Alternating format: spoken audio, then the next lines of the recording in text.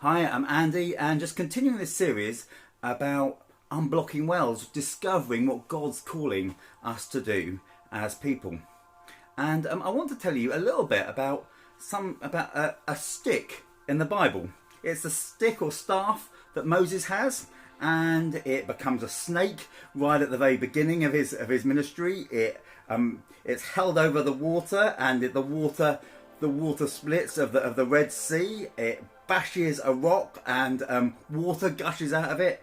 This stick does more than any other bit of wood, other than maybe the cross of Jesus, in the entire Bible. But I want to suggest to you something. I want to suggest to you that this amazing, fantastic, awesome staff is actually just a stick. The truth is, the question that God asked Moses is, what is in your hand? What have you already got? And he had a bit of wood. Nothing particularly special, is it? But yet God used that bit of wood massively and mightily. And maybe God's asking you the same question.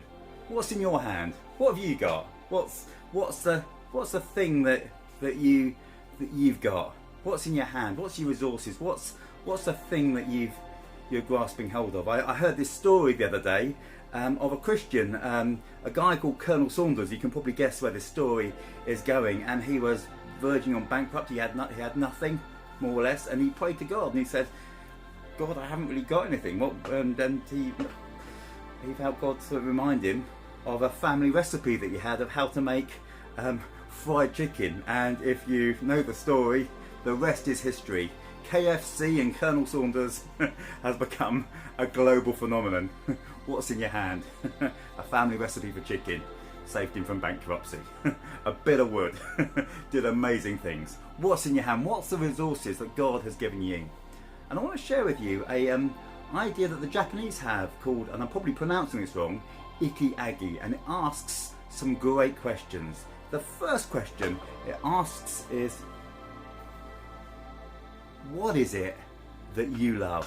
What is it that makes your heart sing? What is it that you're passionate about? And then it asks this question, what is it the world needs? And then it asks, what are you good at? And then lastly, the question it asks is, what could you get paid for? Which probably isn't the greatest question actually, because sometimes we get paid for different things and money isn't all of it. But I suppose the question is the practical things. You know, what can you do? What have you the resources for? How would this work? And thinking actually those questions. What do you love? What does the world need? What are you good at?